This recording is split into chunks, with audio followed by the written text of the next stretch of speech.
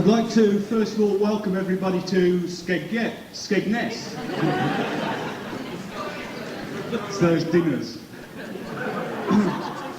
This year is so far the biggest Socialist Workers' Party Easter rally, and there's over 2,000 attending, and I would hope that comrades would enjoy themselves over this weekend, but also go away politically enthused from it. And the first meeting really is a topic which I think gives us all great pleasure, because it really deals with the troubles of the other side. And so I'd like to welcome Alex Callinico, who's going to speak on Britain and the world crisis. Okay, comrades. Well, I don't know how much pleasure this is going to give you, but I thought that I was meant to represent the sort of work side of Skegness as opposed to the pleasure that goes on in the bars if one can ever reach them. Anyway, capitalism is a world system, and it therefore follows that the starting point of Marxist analysis has to be the condition of the world economy. As revolutionary socialists organising and struggling to overthrow capitalism, we have to understand the dynamic of capitalism as it operates on a world scale. What happens in Britain is simply the reflection within one segment of the world system of processes going on a world scale. So our starting point has to be understanding the world crisis. Now, what does analysing the world crisis tell us? Now, I'm actually mainly going to talk about Britain and the way in which the crisis is reflected, the world crisis is reflected within British capitalism, but it's important to start by looking at the main features of the world crisis. I'm going to mention those main features. If people want to go into them more in discussion, they're certainly very welcome to do so. Well, I suppose the first obvious point is that it's a world crisis, that the economic problems that a number of capitalist economies face at the present time, and they're quite diverse problems, the problems that, let's say, Japan faces aren't by any means identical with the kind of problems that Britain faces, or that, let's say, Chad or Sudan faces, but nevertheless, all these particular crises are a reflection, a particular form of a global crisis, a crisis that affects profoundly the entire world economic system. Secondly, that the world crisis originated in the late 1960s, actually now nearly 20 years ago, before what is sometimes called the oil shocks, the very dramatic rises of the oil price, first in 1973 and then again in 1979. The oil crisis, which is often by bourgeois economists put down as the main cause of the world crisis, are simply particular manifestations, particular aspects of a much, much deeper crisis. So, thirdly, the source of the crisis lies in the decline, the fall, in the late 1960s and early 70s, a fall that has yet to be reversed of the rate of profit on a global scale. Marx in Capital argued that capitalism was prone to crises because of the tendency of the rate of profit to fall, because capitalists over time found the profit that they got on their investments falling. And it's precisely that phenomenon, a global crisis of profitability, that underlies the present crisis. It's a crisis that, as I said, began in the late 1960s, but it's a crisis that has by no means been reversed today. If you look, for example, in Britain, you see that the rate of profit has recovered since the very low levels it reached in the early 1980s, but only to the kind of level that it was at in 1973, which was the level that precipitated or helped to precipitate the world crisis in the first place. So a crisis of deep-seated crisis of profitability. The fourth feature of the world crisis is that we're in a period of crises.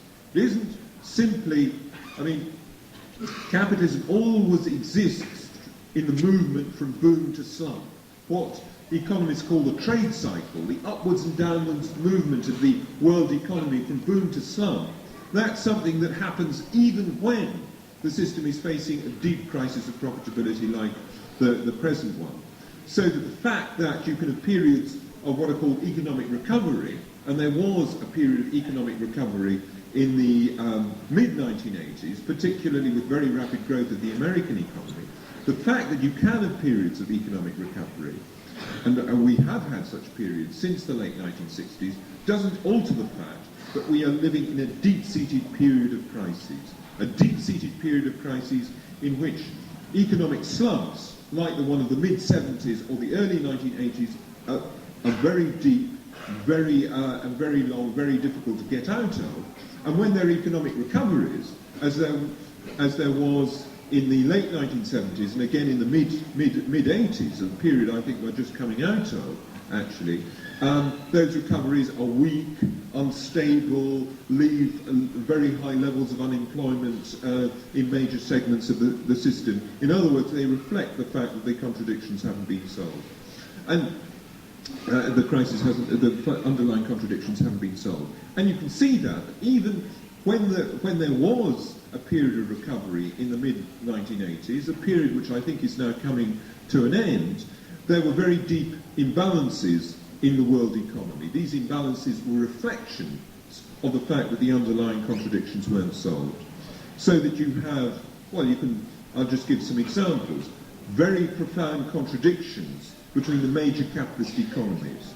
The three most important Western capitalist economies, the US, Japan, and West Germany. You just have to mention their names to see that there are very deep conflicts between them. At the present time, the US is imposing retaliatory tariffs on Japanese electronics goods imported into the US as an attempt to strike back at the massive balance of payments surplus that the Japanese have run up against the Americans. The fact that the Japanese export far more to the US than they import from it, and the dangers that contradiction can lead to are very considerable. It could lead to a major trade war, a protectionist struggle between the major capitalist states. So that's one imbalance within the system. There's the imbalance between productive and speculative investment. If you look at world stock markets at the present time, you see feverish activity, feverish rises in share prices, rapid turnover in share prices, a boom in takeovers. The Guinness scandal is simply one reflection of that takeover boom, as is the scandal about insider trading on Wall Street, the Boyski affair, and so on. What that reflects is that there's comparatively little investment going on in the productive apparatus of capitalism. Because the rate of profit is low, capitalists aren't, on the whole, investing in building new plant and equipment and extending the productive apparatus of the system. Rather, they're trying to make fast returns through speculative investments of buying and selling stocks and bonds, real estate, and the like. The growth, much of the growth in the system, the growth that is reflected in the rise of yuppiedom in places like London, New York, Tokyo, every major world financial sector, aren't an indication of the health of the system, but of the depth of the underlying problems. Another imbalance I'll just mention is the imbalance between debtor and creditor states. The fact that a number of states are very deeply indebted to other major states. Now, the most obvious case of that is third world debt, the conflict, let's say, between Brazil and the major Western banks to which it owes, I think, something like $100 billion. The world's biggest debtor is also the world's biggest economy, the US. The US has been borrowing, the American government has been borrowing vast quantities of money from the rest of the world in order to sustain its economic growth, in particular to sustain military spending.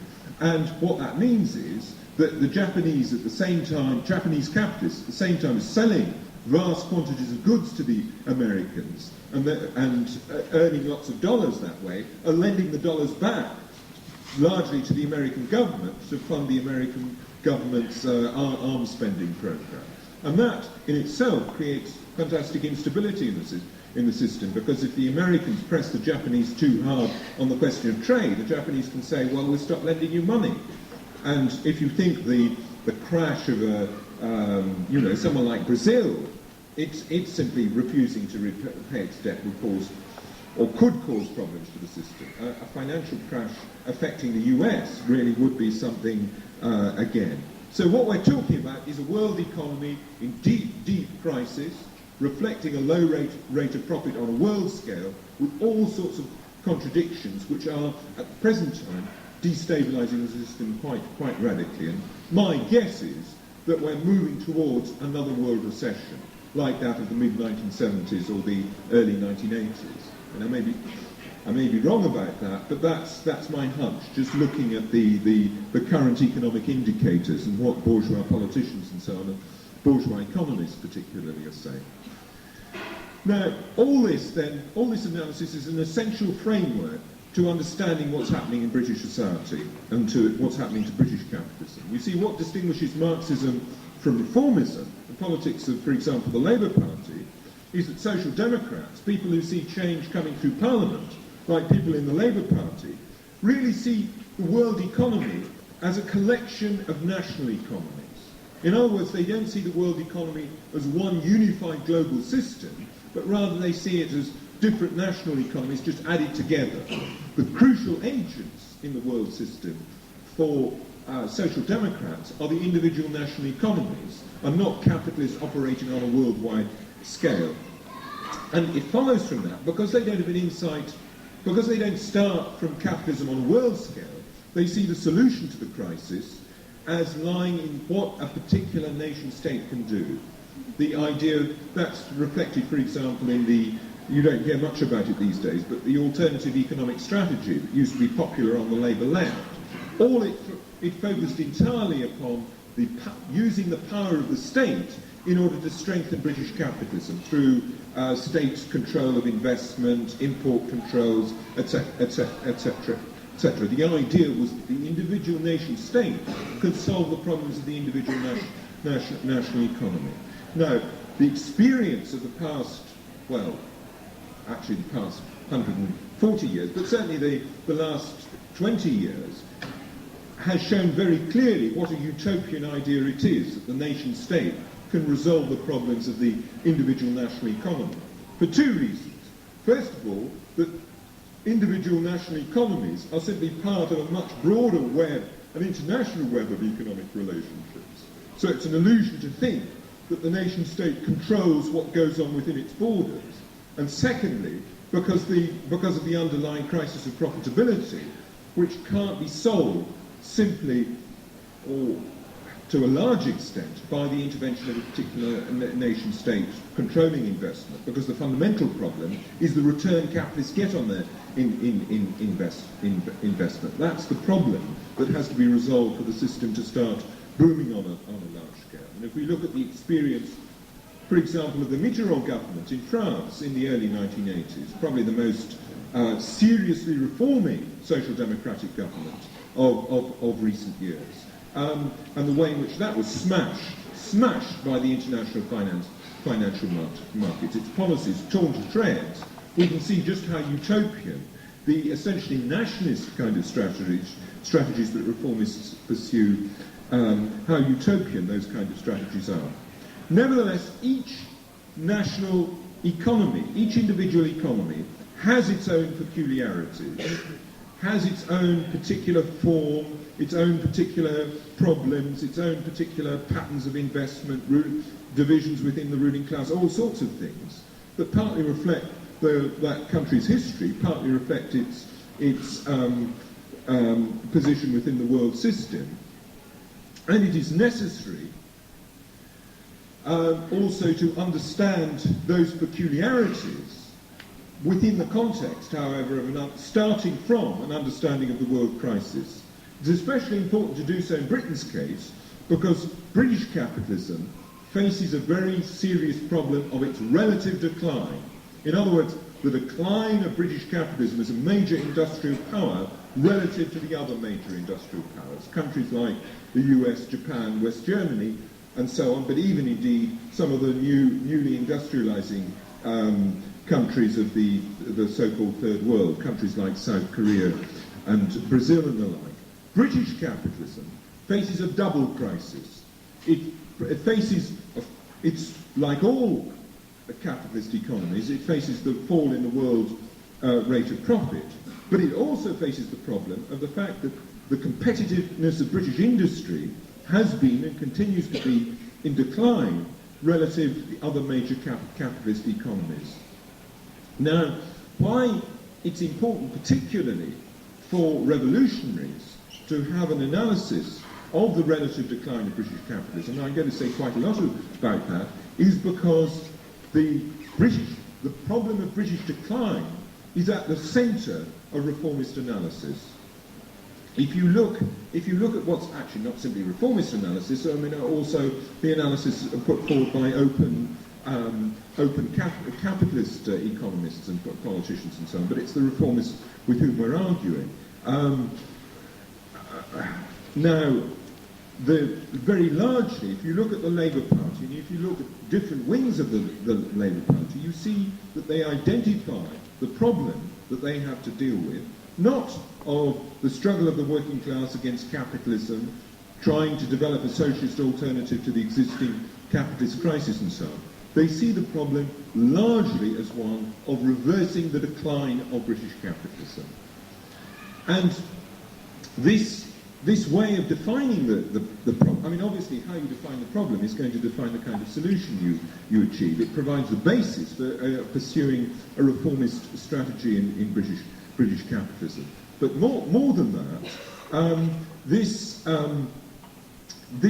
definition of the problem facing the left in Britain as that of reversing British decline is connected with a specific historical analysis of British society, which is very, very widely held, very deeply embedded, not simply in the left, but actually on people much further to the right than, say, the people we argue with in the Labour Party, which has to some extent become the common sense in very large circles in British society, and which reinforces the reformist way of approaching the crisis. And I want, therefore, to say a bit about that. Now, the best way of summing up this reformist analysis is to say that it sees British society as an incomplete bourgeois society. British society isn't a properly capitalist society. It contains enormously strong inheritances from the past which have to be overcome before you can talk about some kind of socialist transformation of British society. Now, the most sophisticated version of this analysis was put forward by the New Left Review something over, it's now about 25 years ago, particularly by the New Left Review editor, he's stopped being that now, but anyway, Perry Anderson. And indeed he's come up with another version of this analysis quite recently, and it's been very, very influential. What it essentially says is three things. It argues that Britain never had a proper bourgeois revolution, that there was never a thoroughgoing revolution in Britain that swept aside all the survivals of feudal society, pre-capitalist society, in the way in which the French Revolution swept aside all the survivals of feudal society in France. The bourgeois revolution was never completed. The revolution of 1640 never really broke the back of the old feudal aristocracy in the way that it ought to have had for capitalism properly to develop in Britain.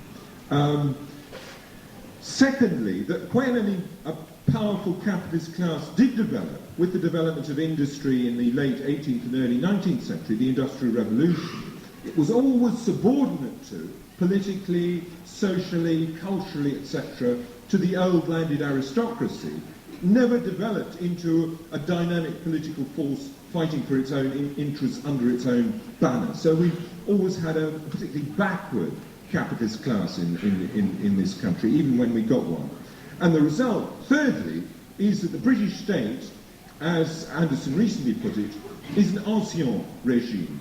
It's a hangover from the days of the old semi-feudal monarchies that were largely swept aside either after the French Revolution or at the latest after the First World War. Or things like the monarchy, the House of Lords, official secrecy, all sorts of things that about the British state are seen as reflecting the feudal hangover in British society. And there are various other elements that get mixed into this. One idea that's very influential on the reformist left is the idea that the city, which is often seen as the sort of focus of one of the main focuses of the semi-feudal hangover of the past in British society, with all sorts of links with the traditional landed aristocracy and so on. The city dominates British capitalism and subordinates the interests of industrial capitalism to the interests of the city as a financial centre. Enormous numbers of people hold this idea. I mean, just last weekend, I first of all had the bad luck to be at the Marxism Today Gramsci 87 outrage. Nothing to do with Gramsci, and indeed all that they had to say was first said by Edward Bernstein a long time before 1987. And their most talented intellectual, Stuart Hall, came out with exactly this analysis. We don't have a proper bourgeois state in Britain. We've never had a proper bourgeois revolution in Britain. Then on, when was it, on Sunday evening, for reasons best known to myself, I suppose I thought perhaps it might be useful for my so-called column on television in Socialist Worker. I watched the South Bank show, where this sort of trendy commentator on style and culture called Peter York suddenly started coming out with exactly the same analysis, that Britain never developed a proper industrial capitalist economy or a proper bourgeois state. So you can see quite diverse people hold the same kind of ideas. And indeed you'll find some version of this argument put forward by people in the SDP and so on. Well, there's not much difference between Marxism today and the SDP, is there? Now, the conclusions that are drawn from this analysis are very important. First of all, that at the top of the political agenda is the completion of the bourgeois revolution. As Anderson put it back in 1962, we have to finish the work of 1640 and of 1832. In other words, we have to create a proper bourgeois state in Britain. And that means that things like abolishing the House of Lords are very high priorities for socialists, and people like this get involved in arguments for proportional representation on the idea that it's more democratic and that sort of nonsense. Secondly, economically, the aim should be to rebuild British industry into something capable of competing with the Japanese, the Americans, the South Koreans, etc., etc. And the alternative economic strategy is really one formulation of that kind of idea in terms of practical proposals. In other words, what's drawn from this analysis is a programme for the revitalisation, the reconstruction of British capitalism, rather than its overthrow. And in fact, when you look at what Tony Benn has argued over the years, an awful lot of what he said, both in terms of political and economic changes, really amounts to that, the revitalisation of British capitalism, rather than any kind of socialist revolution. Now, let's see how the times go. Right. Now, I don't have time to go into any detail in refuting the historical analysis, except to say, well, I think it's just nonsense, really. I mean, it's true that there are all sorts of peculiarities about British society and the British state, but this reflects the fact that Britain was the first capitalist society. So that we do have a very strong, even today, even though they lock their children in mental hospitals, we have a very strong landed aristocracy even today, but they've been a capitalist class based on capitalist agriculture since at least the 17th century. And in many other respects, the peculiarities of the British state reflect the early development of capitalism in Britain, not the fact that somehow British capitalism is less developed. We have less of a capitalist state in Britain than than exists elsewhere. That's not really the problem at all. The problem, in order to understand the decline of British capitalism, you have to start with something quite different. You have to start with the problem that British capitalism faced from the second half of the 19th century onwards, with when Britain ceased to have an industrial monopoly, a monopoly of the production of manufactured goods, and began to be challenged by countries like Germany and particularly the United States, and later on by people like Japan and so on. And this began to undermine the previously very, very strong position on a world scale that the British industrial bourgeoisie had. At the same time as this challenge takes place, you have the enormous extension of the British Empire.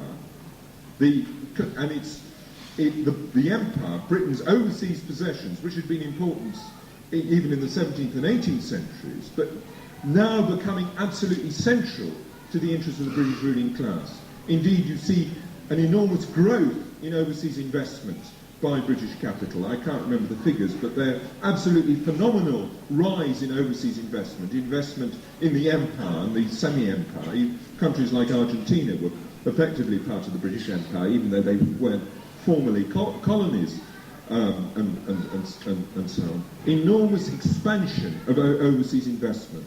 In other words, one way in which the British ruling class sought to respond to the challenge from foreign competitors was to turn itself into a ruling class capable of exploiting efficiently on a world scale, not simply within the context of British society, not simply to exploit British workers, but also to exploit Indian workers, South African workers, Sudanese workers, and so on and so forth.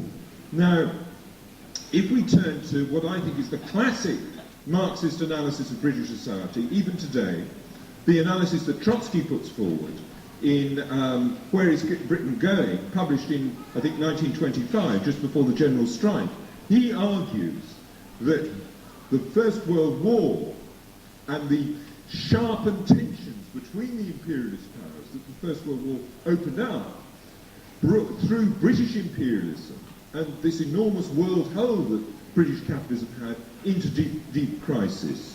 And that as that crisis intensified, so the British ruling class would be increasingly forced to take on the British working class, the workers' movement, and to enforce out of workers very dramatic cuts in living standards and the like. And out of the objective crisis of British imperialism and the attacks on workers that would give rise to, Trotsky argued, out of that would come massive social convulsions through which the Communist Party, still then a revolutionary party, at least subjectively, could become a mass workers' party and lead the working class to power. The crisis of British imperialism would lead to socialist revolution. Now, in the short term, Trotsky was wrong. Although the general strike took place, it was followed by what was called Mondism, which was the attempt by some of the biggest industrial bosses in Britain to draw the TUC into much closer relationships of class collaboration. Rather than leading to intensified class confrontation, you see in the 1930s the development culminating in the entry of Labour into the national government of 1940, the development of much closer class collaboration between the trade union bureaucracy, crucially, and the most powerful and advanced sectors of British capitalism. Now, this reflected a number of factors, partly simply the strength of working class resistance, as reflected in the general strike, but it also reflected the fact that the empire still remained sufficiently important for British capitalism to bolster British capitalism during the terrible crisis of the interwar years. In the 1930s, for the first half of the but between the late 20s and early 30s, during the terrible slump that developed, in other words, on a world scale, real wages for those in employment in Britain actually grew. What that reflected was the fact that British imperialism was able to create a massive protected trade bloc embracing virtually the whole of the British Empire, which provided a safe market for British industry. In other words, the power of the empire bolstered up crisis-ridden British capitalism during the worst slump that capitalism has ever faced in its entire history. And it was that provided the objective basis for the class collaboration that developed in this period, from Mondism through to the coalition government of 1940 to 45. Now, the Second World War represented effectively and definitively the demotion of Britain from being one of the dominant imperialist powers in the world. First, I think the Second World War is as much a struggle between British and American imperialism as it is a struggle between the Allies and the Axis, and it's a struggle out of which America emerges as the major imperialist power on a world scale. However, if you look at the period after 1945, you see the British ruling class trying to maintain a world imperial role for themselves through their involvement in setting up NATO in 1949, through the huge increase in arms spending that the British government introduced in 1951 in response to the Korean War. In these and other respects, you see the British ruling class trying to play a world imperialist role still. Who actually implemented those policies, incidentally? Largely the Labour government of 1945 to 51. The Tories, after 51, simply continued it. Those illusions of playing a world imperial role were largely destroyed through a series of crises, starting particularly with the Suez crisis of 1956, but culminating in the Labour, what happened under the Labour government between 64 and 70. You see a dramatic contraction in Britain's world imperial role. For example, Britain withdrawing troops from east of Suez and so on. But the consequence of this attempt to sustain an imperial role for Britain on a world scale was a high level of arms spending by the British ruling class relative both to the newly emerging European common market and also to Japan. Even today, Britain, despite its weakness, spends a high proportion of gross national product of arms than the other major capitalist powers, with the exception of the US. Certainly much more than the Japanese. I mean, Britain spends something like 6% of GNP, and the Japanese just over nowadays 1%. Now it's this, more than anything else, that is the key to the relative decline of British capitalism in the post-war period. Because what it meant was that when countries like West Germany and Japan were engaging in very high levels of productive investment, building new factories, introducing new forms of technology, rebuilding their industries in order to break into world markets in the way in which they did it from the late 1950s onwards, increasingly challenging American economic dominance. At that crucial period, the British capitalists were spending a very high proportion of their own profits on military spending, and military spending doesn't lead to enhanced competitiveness. Military spending is waste from the point of view of building a modern, competitive, productive apparatus. Now, I think that there are all sorts of reasons why the British ruling class engaged in that strategy, and I don't think it was irrational for them to do so in the circumstances of the time. We can argue about that, but in my view, it wasn't an insane, let's put it fairly cautiously, it wasn't an insane strategy for them to pursue in those circumstances. Nevertheless, whatever the reasons why they engaged in that strategy, the consequence was that from the early 1960s onwards, as you have the very rapid growth of the economies of countries like Japan and West Germany, the very rapid expansion of the world market, British capitalism finds itself under increasing competitive pressure. British profit margins are squeezed by the foreign competition. You have a succession of sterling crises culminating in the devaluation of the pound in 1967. So that British capitalism is going into a tailspin in the mid-1960s, incidentally under a Labour government, which implemented austerity policies with great obedience on behalf of the city and big capital. Britain is going into the British economy is going into a tailspin even before the Great Slump begins to exert its hold upon world capitalism from the late 1960s onwards. And the entire history of British politics since 1964, since Wilson first came to office in 1964, the Labour government of 64, the history of British politics is that of successive attempts by different governments. First Wilson in the 60s, then Ted Heath and the Tories in the early 70s, then the Wilson and Callaghan Labour government from 74-79, and then Thatcher since 79, a succession of attempts to resolve this crisis.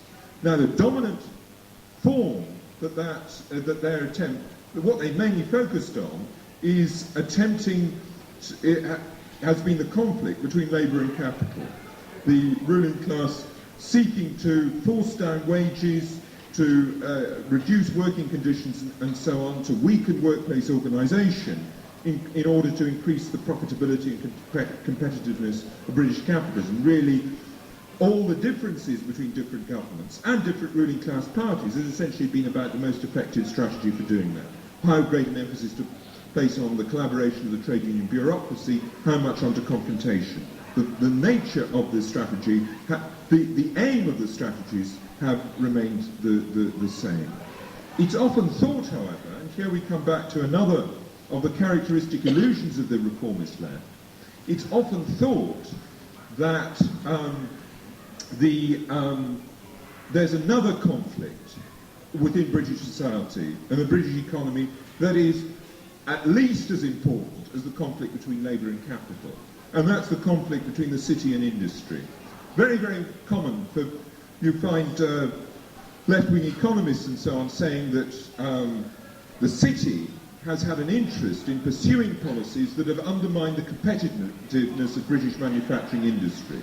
That, for example, Thatcher has reflected the interests of the city in keeping, for long periods at any rate, keeping interest rates high, and therefore keeping sterling high, or relatively high, compared to other currencies, and thus undermining the competitiveness of British industry and also making it more expensive for industrial capitalists to borrow money in order to invest.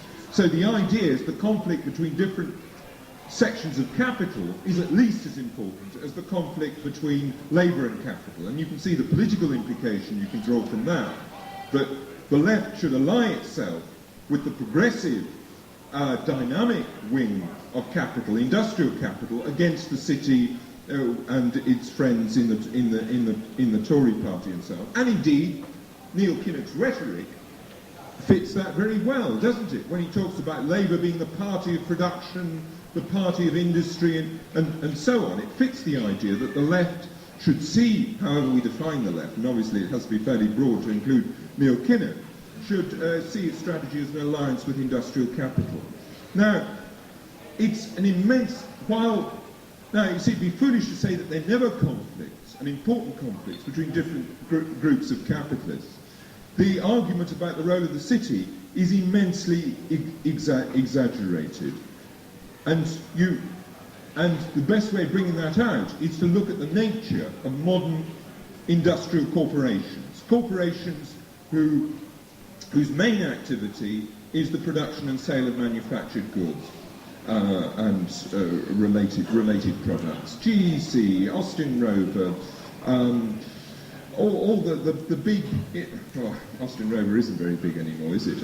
But the major industrial corporations of capitalist society. And what you see is that their nature these days is composite, in the sense that the typical big industrial corporation will engage as much in financial as in industrial activities.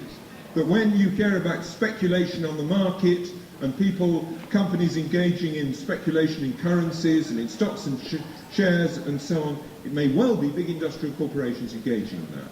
because the nature of their activities is to generate huge quantities of profits, which, even when the rate of profit is low, which it may not be in their interest to invest in industry because of the low rate of profit.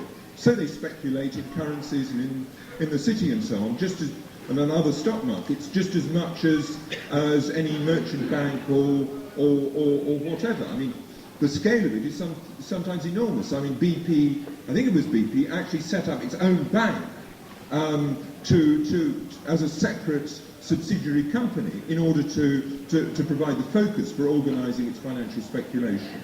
But that's just making obvious what is true of all major industrial corporations, not simply in Britain, but on a world scale, and particularly in a period when the low level of rate of profit encourages speculative investment.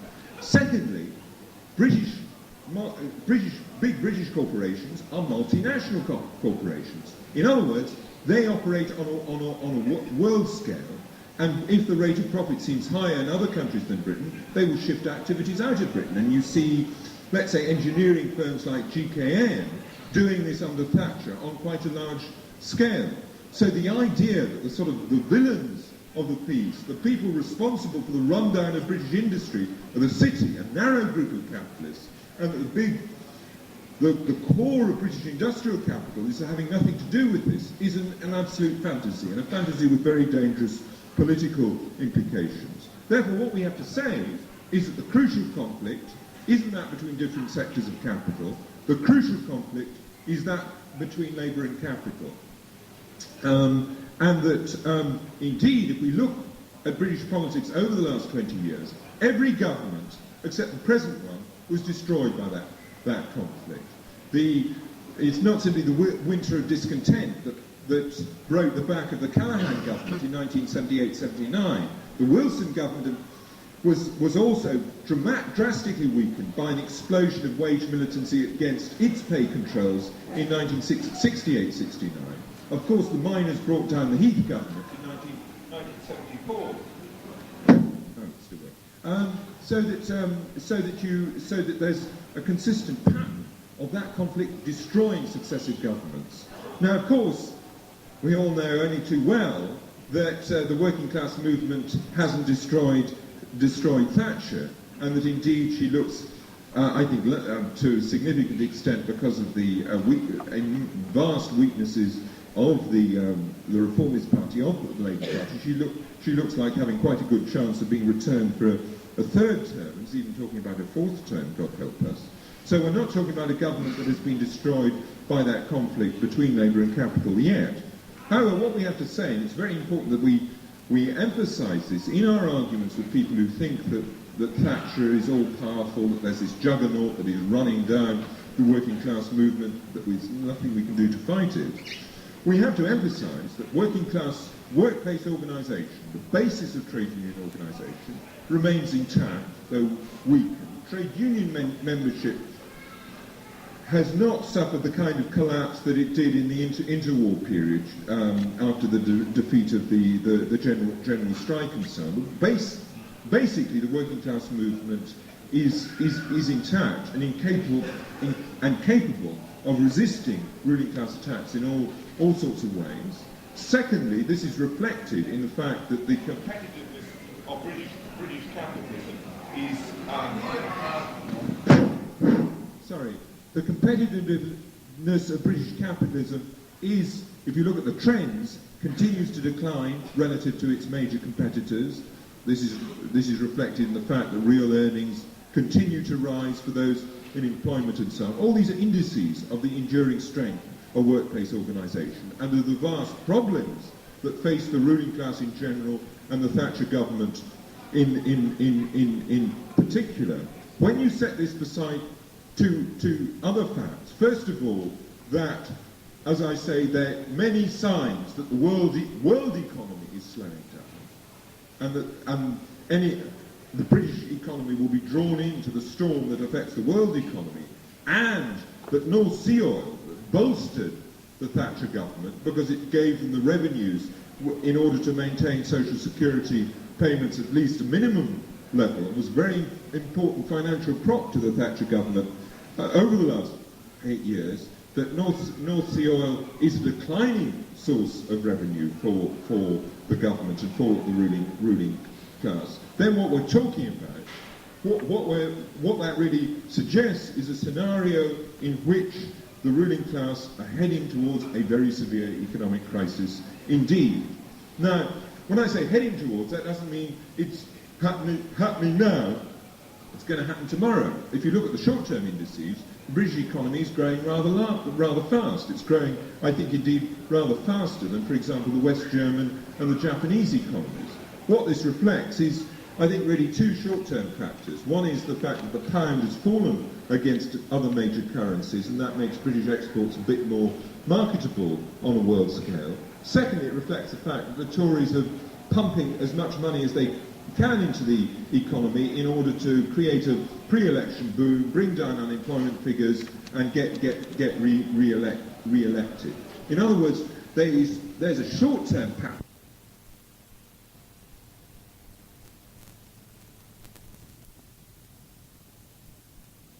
Economic crunch when it comes. What that means is that Trotsky's prognosis that the British capitalism's underlying economic decline would lead to massive social convulsions. That prognosis is coming true today. Why is that important? Fundamentally, it's important because that means that there are enormous social convulsions facing us in the future as the economic crunch comes.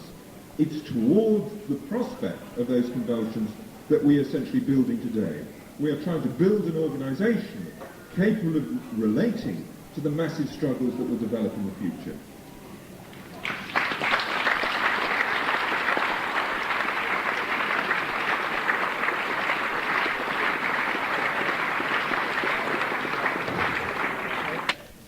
Can people hear me, yeah? Do I have to shout? No, right. Seems a very interesting contribution. Some of them, to my mind, indicate just how right and necessary it was for Alex to lay into the whole thesis about the role of the city and so forth, because clearly those ideas are very insidious. They clearly penetrated the ranks of the SWP. And to be honest, they are fatal, absolutely fatal, lead to the most horrible reformism.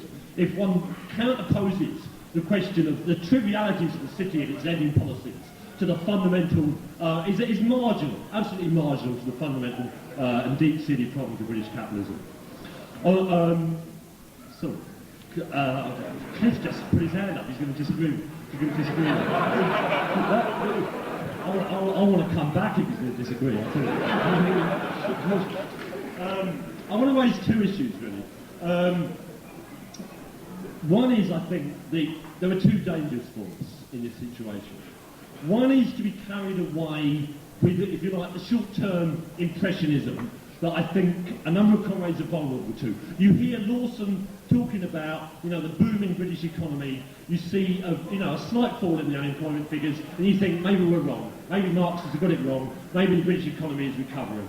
The truth is, British capitalism has seen time and time again in the course of the last 20 years short-lived, consumer-led booms pumped up by, massive amounts of money being fueled up by the banks, and they lead ultimately to sterling crises, massive balance of payments problems, rising inflation, as long as the basic problems that Alex talks about, the twofold problems actually, the crisis of world capitalism and the crisis of the competitiveness of British industry, the low levels of manufacturing investment, which remain acute. And as long as they remain acute, then all that governments can do is what they're doing at the moment. And to be honest, what the Tories have done is actually abandoned the sort of sound financial policies that they stood for when they came into office for the sake of a short-term boom to get themselves re-elected. They know damn well that it's not going to last. They are merely preparing the ground for the future offensive. And it is very important for us that we are not lulled into any sense of false security. The other danger, however, I think is catastrophism. I think that's something we also need to be wary of. Alex didn't stress it, because I think he was addressing other issues. There is a danger, however, that when we look at what may well start to happen in the next few months, falling stock markets, collapsing dollars, maybe a collapsing pound or whatever, that we think everything is about to disintegrate. That we leap from the immediate crisis of the financial world to the notion that everything's about to collapse. And that is equally dangerous. It's a sort of trap that WRP fell into on many occasions in the late 60s and early 70s. We must avoid that. We must recognise, indeed, that there is a certain resilience in the system, that states do have the capacity to prop the system up, that indeed there is a certain resilience actually for sectors of British capital, that those sectors of British capital, the big multinational companies that have internationalised, that have actually directed their investment into large parts of the globe, are actually quite strong. ICI is a strong company. Unilever is a strong company. British American Tobacco is a strong company. National Westminster and Barclays are strong banks on a world scale. There are bits of British capital that can do very nicely, and there are multinational companies based in Britain that can do very nicely. And yet that can coincide with deep problems for a British government, because that does not actually provide the jobs, the exports, the investment within Britain that is necessary to avoid the sort of pressures which are going to face them over the next few years. And believe you me, I will stake any of that. I stake myself every time I I'm finishing with this, I can't cope with this mic anymore. To be honest, we are indeed going to face major battles ahead in terms of at least an offensive from the ruling class. That's really the thing we really do have to bear in mind. The Tories may be able to win elections. They cannot solve the deep-seated problems of British capitalism. Comrade at the front, followed by the comrade who jumped up while Pete was speaking.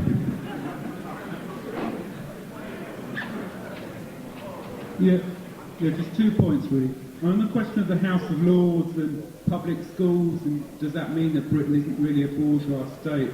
I've actually seen it argued, and I think it's quite interesting, that it's actually significant of the stability of British capitalism, or a certain sort of helping towards the stability. Because then precisely people like Tony Benn leap up and down about the House of Lords, rather than about capitalism itself. So in a sense it sort of can act as a diversion. But the question I was wanting to ask is about our attitude to the trade wars. So I think why it's absolutely important to argue against the sort of nationalism of the Labour Party, where they're running around trying to defend British capitalism.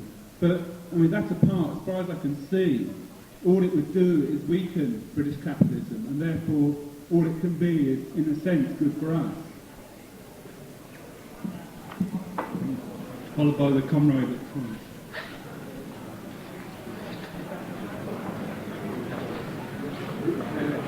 Really, I think Alex's speech was absolutely excellent. Really very, very good, very deep and very rich. And in a way, I'm very worried about the number of contributions that came afterwards. I'll deal with 3 points that were raised afterwards, because I think people didn't follow what really Alex said.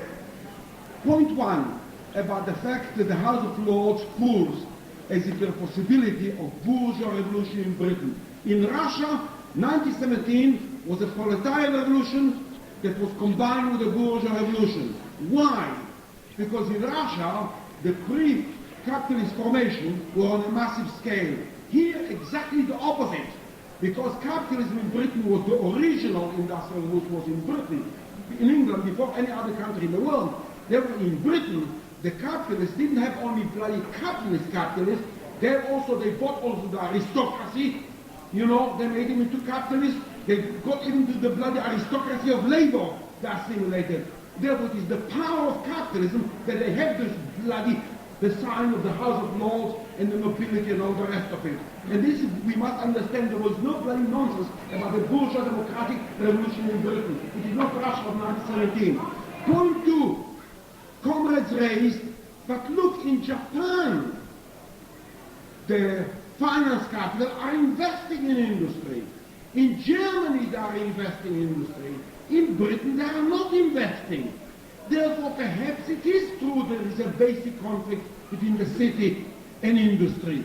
Without going to the basic question, why they invest in Japan? Because the rate of profit in Japan is higher. Why they invest in Germany? Because the rate of profit in Germany is higher. This is the reason, because if we accept the argument that was put before, you know, that the Japanese are investing and Germany is investing, then the really Neil Kinnock is right. Let's imitate Japan. Let's imitate Japan. Instead of coming and saying that the key problem is really the decline of the rate of profit. And this connects with the other question that the comrade raised. It is absolutely true that for many, many years we argued that the permanent arms economy stabilized world capitalism. Why? Because for many, many years the permanent arms economy explained why the rate of profit didn't decline. Why we had 20 years of expanding capitalism. Why between 1945 and the end of the 60s we had still stable world capitalism. But let's be clear, even at that time, the rate of growth of different capitalist countries was very much affected by the amount invested in industry. From the fact that the Japanese invested in armaments, the fact that the Japanese did not waste on armaments, they made much better results. They benefited much more from the world expansion of capitalism over 20 years than the Americans that wasted massive amount of armaments. The armaments always, we said, is a bloody waste. It's like if you are a junkie. If you are a junkie and you get bloody an injection, every time you need a bigger injection, a bigger injection, a bigger injection to get the same bloody results. World capitalism needs a bigger injection, a bigger injection, a bigger injection to get the same result. But because the international competition with the United States and Japan, etc., means that those that are bloody injecting themselves, they become more and more weak in competing with others.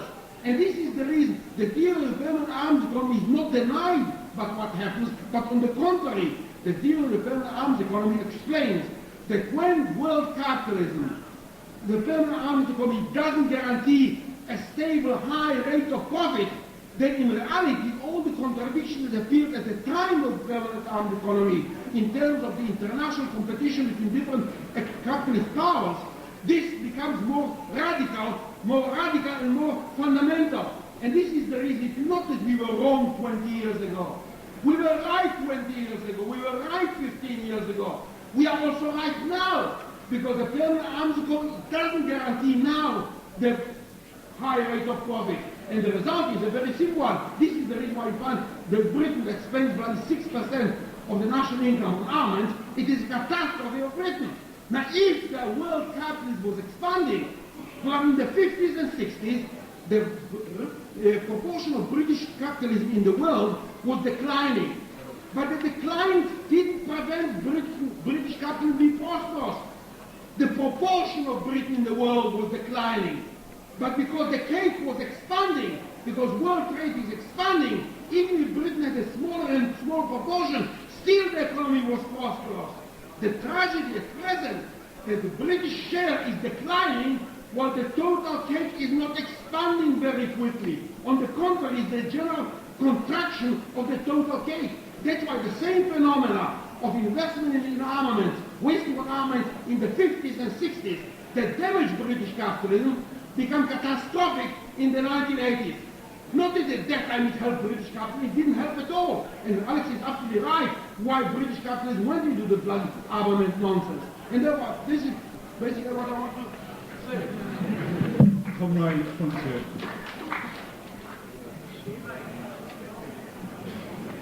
It's a question about the arguments that are often made about the end of empire and the ways in which imperialist investment bolstered British economy. I mean, one of the things that's often argued from that is that therefore British workers could believe that they had an interest in maintaining world exploitation. And what I wondered was whether this was also an important aspect of the ways in which the nationalism, the horrible ideas of nationalism that developed with reformism and the failure really of Labourism to break with those nationalisms. Any more comments?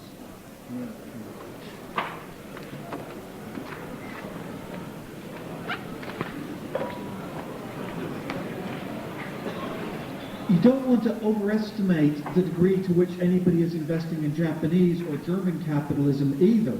One of the causes of what's happening in the trade wars at the moment is the Japanese stock market is enormously overvalued. compared to any other stock market in the world. It's now, on paper, the biggest stock market in the world. And the reason it is because they're not investing in Japanese industry. They're having a speculative bonanza in Tokyo, and they're driving the price of land in Tokyo and housing and so on. Commercial housing is like 10 times. I forget, just an incredible figure what it is in London. They're having a bonanza there, and funds are flooding out from the Japanese stock market into the British stock market. That's part of what's happening with the Big Bang. They're flooding into the New York stock market precisely because they're not investing in the Japanese economy. That's the first point to make. Second point I want to make is all the stuff about the House of Lords and everything else. If you look at the figures for the relative decline in the growth rate of British capital, the other industrial power in the world that looks just the same on the curves is the United States. It's not as bad with the United States. The process is not as far advanced, but the same thing is happening. And that has no House of Lords. It has none of any of that kind of stuff. And the same people who tell you that Britain is backward because it's got a lot of toffee-nosed bastards in charge of things with backward ideas in places like Prince Philip, will then turn right round and tell you that the South Korean economy expands like mad because of Confucianism. The Japanese economy expands like mad because the samurai have got all the Japanese workers bamboozled, and the reason that the West German economy works is they've got a real hard-working Junker ethic. Do you know what I mean? They can come up with all these explanations. But the last point I really want to both ask Alex about and emphasize is about what happens with the catastrophe, what happens with the convulsions. Because the first thing, I think, is that I think we're not going to get a catastrophe. I think with monopoly capitalism, the damn thing just winds down. It doesn't blow up. But even if we do get a catastrophe, the 1929 stock market crash did not produce enormous convulsions. What it produced was enormous depression. And then out of that, 5-7 years later, you began to get the convulsions and the fights. And the simple, it's not going to happen as a simple financial blow-up. It is the struggle that produces it. But the next two things about the struggle is I remember, Alex, very clearly how we all said in 1974, there's going to be, finally, here's the World Depression, and now the workers will fight. And we forgot two things. We forgot that we were going to be involved. I mean, I don't want anybody going into work after the London stock market crashes and saying at work, fantastic, now there will be a struggle. Because everybody will be looking around saying, oh God, the factory is going to close. And I don't want us to be taking pleasure in that. That's the first thing. Second thing is we're going to have to remember in all of our propaganda really hard that there is no solution at all for British economy. There is no solution at all to the problems of the Caterpillar tractor factory. There is no solution short of revolution. And the third thing I think that we've got to remember is that as the economy grinds down because of convulsions, it won't be what we used to see in the 60s and the 70s. It won't be a series of strikes. One strike now, one strike there, a mine strike, a steel strike. It won't happen in that way because what happens is the whole economy grinds down as people get pushed to the wall, and the same forces that now make us so fucking depressed and make us feel so helpless are the same social and psychological forces that are going to mean that when people do come back in the middle of the Depression, what they do is they explode all at once. But the timing of that explosion in the class can come just as much from political events and the nature of the class struggle as it can come from an explosion at the top. Just time for one more contribution before Alex sums up.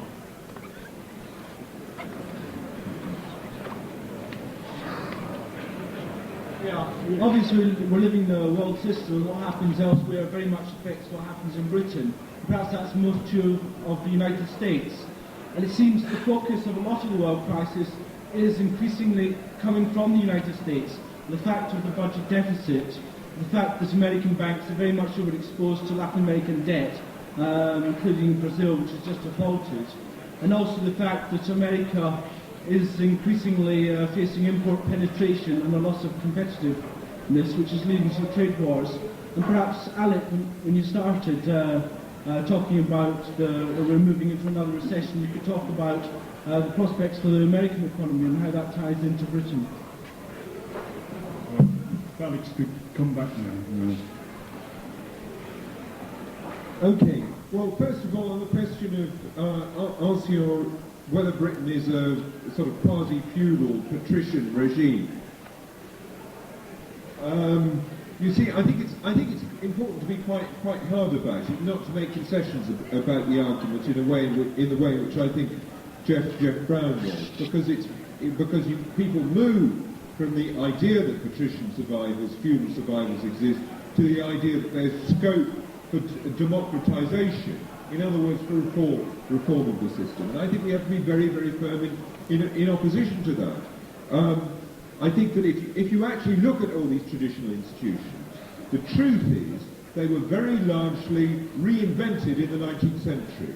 If you look at things like all the sort of supposedly most traditional institutions, like the public schools, like the universities, like the parliamentary system, like the party system, they're largely products of the 19th century, the way in which British society was reshaped, both in response to the development of an industrial capitalist class and an industrial working class, and in response to the need to run a worldwide empire. The fact that places like Oxford have old buildings doesn't mean that they're feudal institutions. They were reshaped massively to meet the needs of Britain as an industrial and capitalist power. Now, if you look, the irony is, if you read what Marx and Engels was saying when all this was happening in the 19th century, the height of Britain's industrial strength, they weren't going on about the ancien regime and the strength of feudalism. Rather, what do you have? You have Engels writing to Marx, I think it was Marx, saying the trouble, or anyway, he was certainly writing to someone, that, someone or other, that the trouble is we've got not simply a bourgeoisie, we've got a bourgeois aristocracy and a bourgeois working class. In other words, that the ideas and the interests of capital, industrial capital, have permeated the whole of the society. And that actually relates to Sue Clegg's question about the importance of imperialism in binding the British working class to capital. And I think that that's an important point, both in the sense that the relative strength of the British economy, partly thanks to imperialism in the 19th and early 20th centuries, gave the ruling class scope for economic concessions that could bind the working class to the system, and also because of the rotten nationalist and racist ideas that permeated the working class movement, thanks to the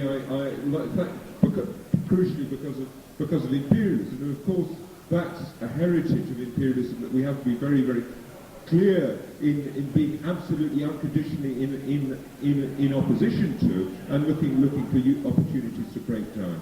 Now, question of arms. I don't want to go over and repeat what Cliff said, but I think it's very important to understand one basic point. When you have arms spending, peacetime arms spending, on the scale that you had in the 1950s and 60s, much higher levels relative to GNP, gross national product, than is true today in countries like America, much, much higher, even despite Reagan's rearmament program, the effect for the system as a whole on a world scale, and remember that's our basic unit of analysis, the world system, the effect was stabilising. The effect was to offset the tendency of the rate of profit to fall. The effect on the individual economy that had a particularly high share of arms spending was to undermine the competitiveness of that economy. For American capitalists, it meant that rather than investing in the latest technology to produce cars and consumer electronics products and all the sorts of things that the Japanese have undermined them in, they were spending very large amounts of money on guns, on rockets, etc., which, from the point of view of building up the productive strength of American capitalism, were waste.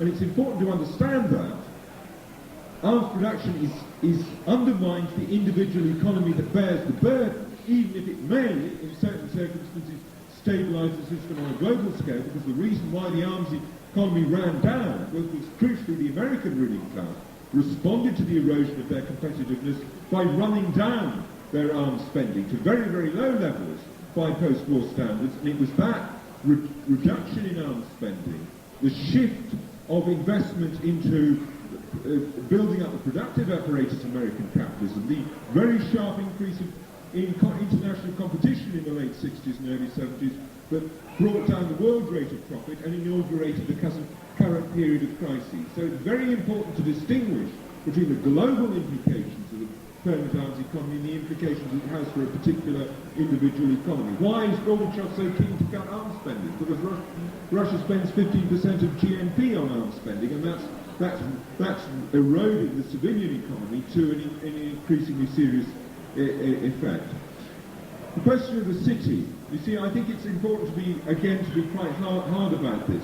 Of course, there are different ways in which investment is financed. When people talk about the role of the banks in Japan or Germany, much close long-term relationships between the banks and industry, which haven't historically existed, certainly in Britain, these are specific ways in which investment is financed, in which investment is organised, which reflect all sorts of things to do with the histories of those economies, etc., etc. The role of the banks crucially reflects a relatively underdeveloped capitalism because they needed to centralise investments to build up industry quickly in the late 19th century, and so the banks were much more important than in Britain, where the stock exchange fitted the slower growth of industrial capitalism in Britain over a much longer period. That's the crucial reason. Anyway, these reflect the financing of investment. The crucial question for the prosperity of capital on a national and world scale is the rate of profit, the return they make on the investment. It's that is the source of the crisis of a fall in the rate of profit, that is the source of the crisis for the individual or national economy or for the world economy. And that's what we have to focus on in order to understand and explain the crisis. I think we have to be very, very firm. The city is not the source of the crisis of British capitalism. It reflects the combination of the two factors that I talked about, the fall in the global rate of profit and the historical decline of British imperialism and the effects that had on the competitiveness of British capitalism. My only quibble with what Pete Green said is there's a sense in which the city is important, but it's important as a symptom of a global phenomenon.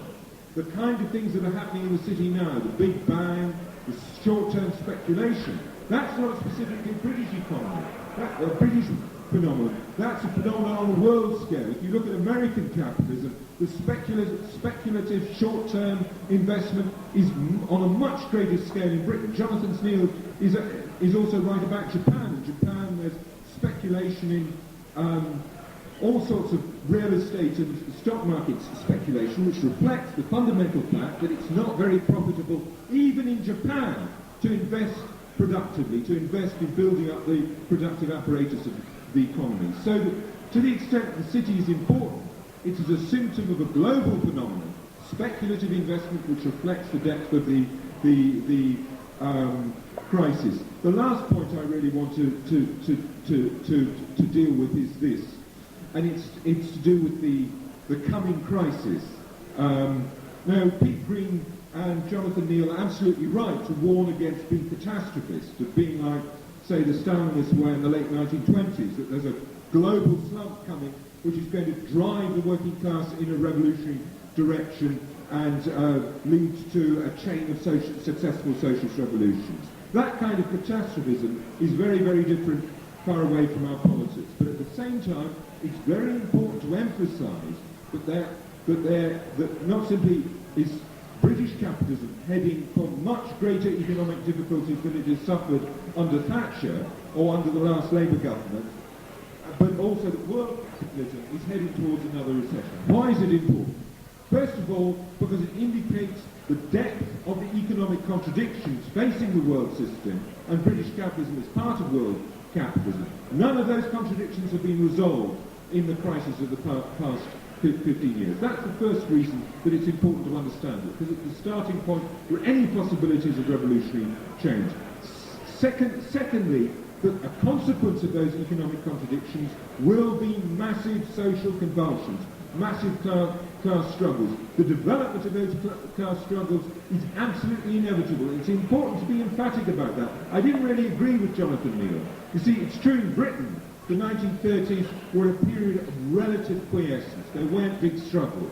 But if you look at Germany, enormous convulsions. Of course, it led to the wrong result. It led to the rise of fascism, but an enormous polarisation of German society because the depth of the crisis from 1929 on was much greater in Germany than in Britain. If you look at the US, you see the development of mass strikes from 1934 through to 36-37, and the unionisation of industries like autos, again reflecting the very severe depth of the economic crisis in the US. You see things like the Civil War in Austria. Even relatively soon after the world slump, you see a very drastic polarisation of class politics.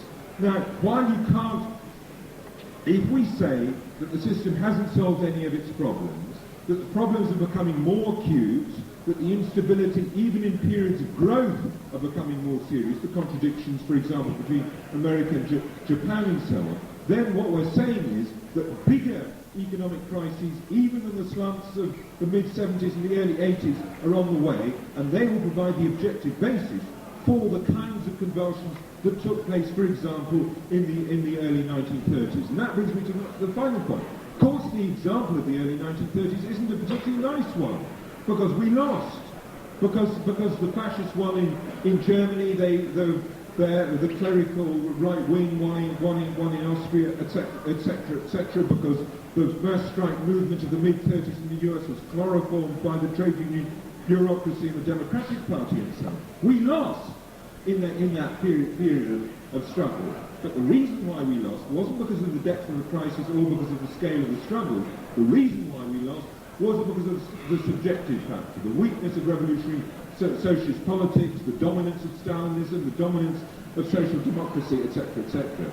That brings us around to the crucial conclusion, the extent to which the future struggles, the inevitable future struggles, have a different conclusion. Whether they have a different conclusion, the conclusion we want, one of socialist revolution, depends ultimately on the subjective factor. In other words, building the SWP and parties like it in other parts of the world.